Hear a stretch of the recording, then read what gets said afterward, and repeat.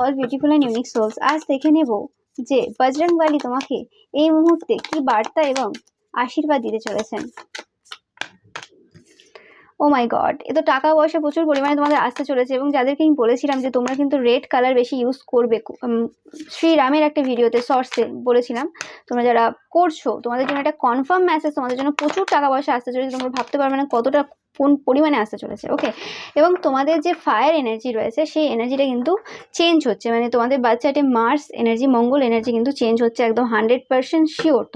তোমাদের সাথে এই সময় কিন্তু ডগ স্পিরিট রয়েছে, নন্দী রয়েছেন এবং অবভিয়াসলি লায়ন স্পিরিট এবং বার্ড স্পিরিট তো রয়েছে।